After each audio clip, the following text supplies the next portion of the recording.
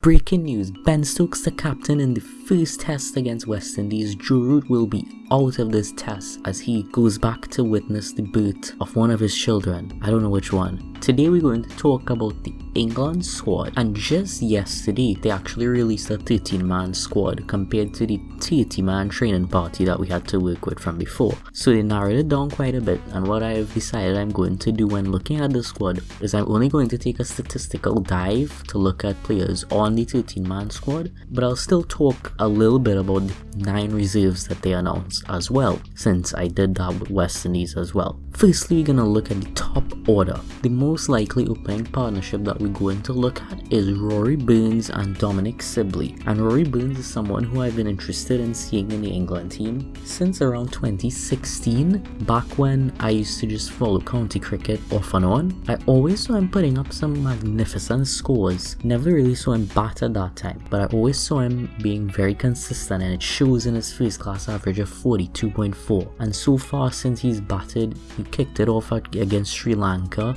did decently, even against the West Indies when he toured with England last. He looked quite solid for a good enough period of time on some spicy batting decks, and since then he's just grown from strength to strength, going through and played in Ashes and done well as well. So 100% I agree that after his injury he should 100% be the first option back on the team sheet when it comes to opening the innings. And as much as people like to say Rory Burns' batting stance and loadout is awkward, I find it quite pleasing. It works for him and we get a little bit of a joy out of it. Let Rory Burns be. I think Dominic Sibley partners him well at the top opening. He's two patient players. You're not going to see them get off to very quick starts, especially in England.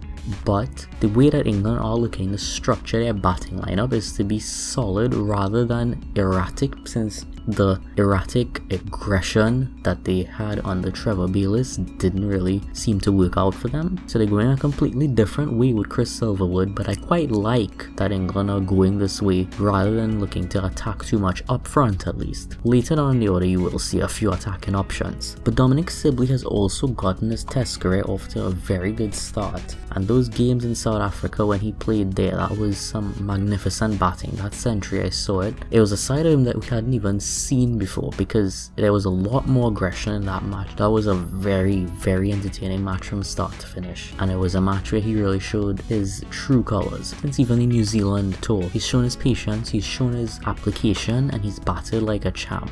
Zach Crowley is another top order option, and he could slot in there as a backup opener if need be, but how it's likely to look right now since Joe Root is out of the first test is that Zach Crowley is actually going to bat at number 4. I would actually prefer seeing him bat at 3 and push Joe Denley down to number 4, just because of the way that Crowley and Denley bat domestically. I think it would be a bit more natural to their abilities, but Denley actually has batted at number 3 for a long time in this England shirt, ever since he debuted and started batting. He was even opening at one point, so I understand where they're coming from, leaving Joe Denley in a position where he's accustomed to batting. I mean, there's all speculation, we don't know what's going to happen come the 8th of July, and if you put Crowley down to number 4, you're going to actually give him quite a comfortable position to bat at. His stats don't really fly out at you, and I definitely was deceived by his stats, but seeing him bat in South Africa, he actually impressed me a lot at Johannesburg with that 66. I saw some very crisp shots that, even though he had shown it at Port Elizabeth, it was something that definitely impressed me at the time, and to see a young 22-year-old batting with that sort of confidence, that sort of potential. Finally, rounding off the top order, we have Joe Denley, someone who hasn't particularly converted into any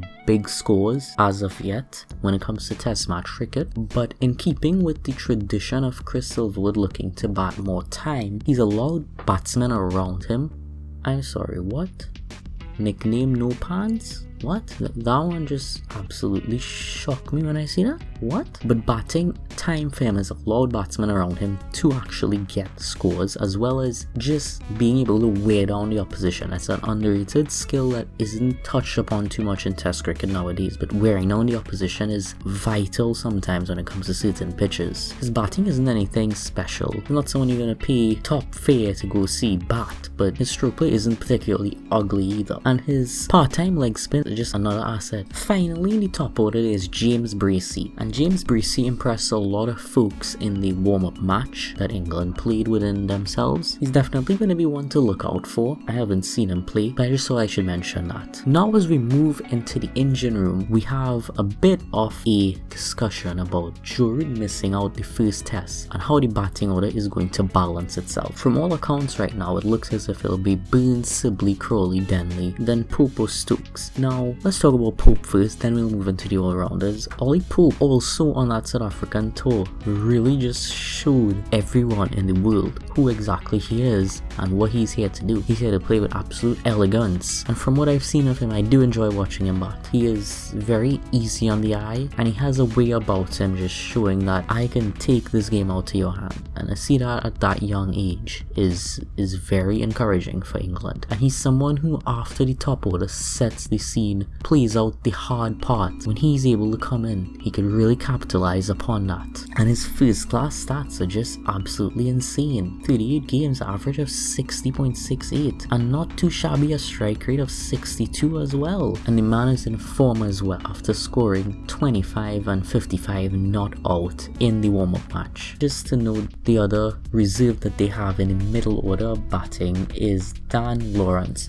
So another youngster who many have praised for his batting exploits. I haven't personally seen him bat, but I've heard a lot of good things about him. Moving right along into the all-rounders, the captain, Ben Stokes, one of the most dynamic all-rounders in this day and age. Absolutely magnificent form in the warm-up game back with a 41 and a 33 not out. Picked up one wicket but bowled very economically, and that's all you can ask for him. He's an all-rounder, puts in some magnificent spells. As a captain, I'd be very interested to see him as well, because he is an aggressive type person. Joe Root has an aggression about him, but he is definitely more calculated in his approach, so I'd love to see Ben Stokes and his approach, see him be maybe a bit more attacking, a bit more risk taking, and see how it is he handles his bowlers, how he handles himself as a bowler, because he is that type of bowler who will bowl as long as he sees fit. So hugely interested to see how his captaincy is going to go. Chris Woakes, the second all-rounder, also known as the Lord of Lords, if you catch my drift. Now, I don't know if he's actually going to get a game in here, given that England have selected such a strong bowling lineup as it is. Woakes is in the main squad, but it's very likely he is in the main squad as a backup, because I don't see him actually getting a game. Nothing against him,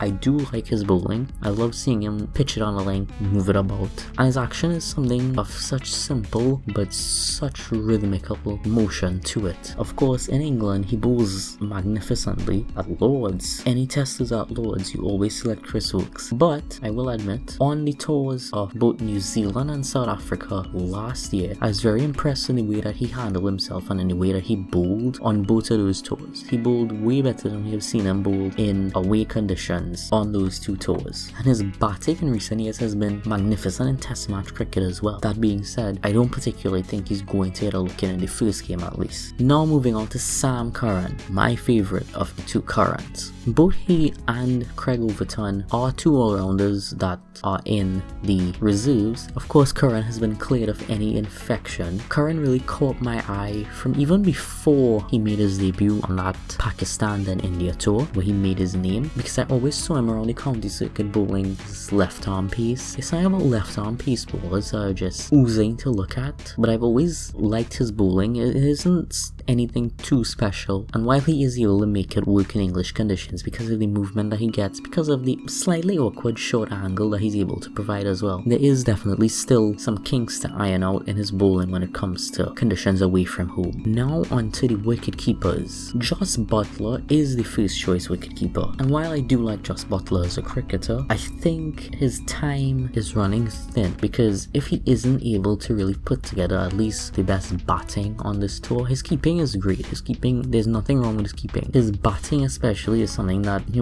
was initially brought back into the team as a batsman, where Bairstow was the sole keeper, but I definitely think Foakes deserves to be the number one keeper, as much as I like Butler. But I understand why they would give him this tour, the fact that he was 100% prepared to go to Sri Lanka and be the main keeper. The continuity is definitely a big part of it. Looking at his test stats, an average of 31 isn't particularly bad for a wicketkeeper, especially in English conditions, but it's his recent form that's really the bigger concern. Folks, who we'll just move on to right now, who's in the reserves, is talked about as a way better keeper when it comes to just pure wicket keeping. But we saw him bat on that Sri Lankan tour and do an absolutely stellar job. And even his first class statistics batting wise are better than Josh Butler. So I definitely think he's next in line. Most people would think that. On to the spin magicians. It all seems set for Dominic Bess to be the sole spinner in the first test match, and there is no reason that anybody should be blaming England for that choice. As much as we could say,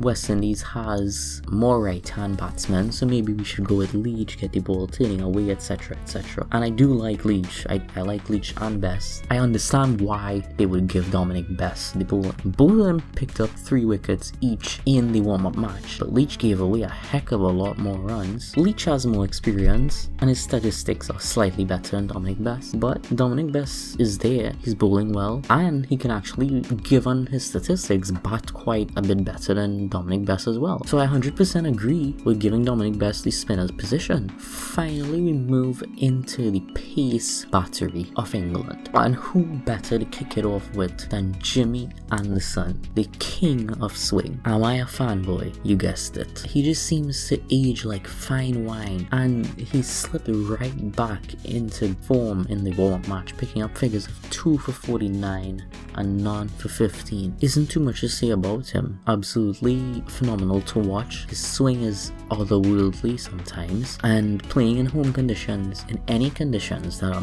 tailor-made for pace bowlers, he's a treat. And Stuart Broad, his partner in crime since 2009, not 2009, but that rhymed, but since 2008, or was it 7? And Broad even just as magnificent. You look at the last Ashes, without Anderson as the leader of the pace attack, well, firstly England would have won the Ashes, but having to lead the bowling attack, he did a phenomenal job. Now, the warm-up match isn't particularly much to go by. He didn't seem to look all that good in that match, but he is Stuart Broad. Form isn't something that particularly influences his selection. And moving right along to Jofra Archer, someone who has been my favourite England bowler ever since the World Cup, and it's hurt. That World Cup hurt because I was on the side of the Black Caps. But Archer had a sensational start to his test match career in the Ashes. That silky smooth short run up with the brace front leg gets all that pace. It's just magnificent. It's a thing of wonder, and the movement he gets from that pace off the seam and off the swing if the conditions are right is just even more to marvel at. In the warm-up match he looked pretty good, 2 for 37 and none for 4. The only concern about Jofra Archer, and I'm sure it's something that he will continue to work on, is the fact that when he travelled to New Zealand he endured quite a rough time with figures of 1 for 107 and 1 for 75. It was a bit painful to watch again. Even though I was a Black Cap supporter, it was still painful to look at that. And we saw him bounce right back in South Africa with 5 for 102 and 1 for 65. Finally, we come to Mark Wood, someone who can match Anderson for pace, but can triple the effort that he puts into that bowling action. Over the years, has improved when it comes to accuracy, when it comes to movement, when it comes to just knowing when to crank it up, as we saw in that game in St. Lucia against West Indies. But we can't talk about Mark Wood without talking about injury.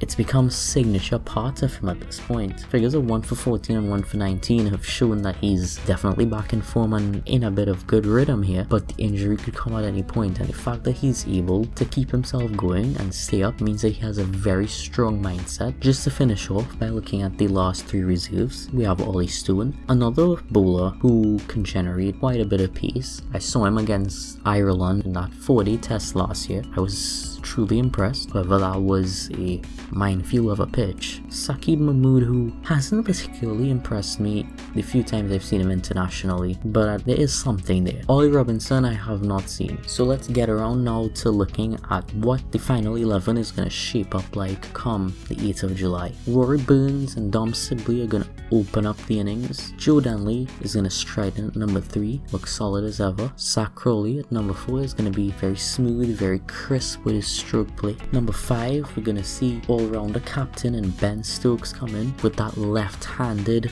fire, and Ollie Pope is going to continue in his comfortable position of number 6, where he could really capitalize. At number 7 is going to be the wicketkeeper of Joss Butler, who, if England get off to a magnificent start, can just capitalize and capitalize. At number 8, Dominic Bess. And finally, 9, 10, and 11 is going to be Jofra Archer, Stuart Broad, and James Anderson. I don't think Mark Wood is going to make it in for this first test. I think they're going to go straight to Archer, their trump card. But if Wood were to make it in for any of the bowlers, it would be Archer. Wokes would make it in for Anderson abroad to provide a bit more control when it comes to the more line bowler rather than the hit the deck type bowler. Thank you all for looking at this final part of my West Indies Tour of England 2020 preview, and I will see you back right here to review the first test match and to preview the second test match.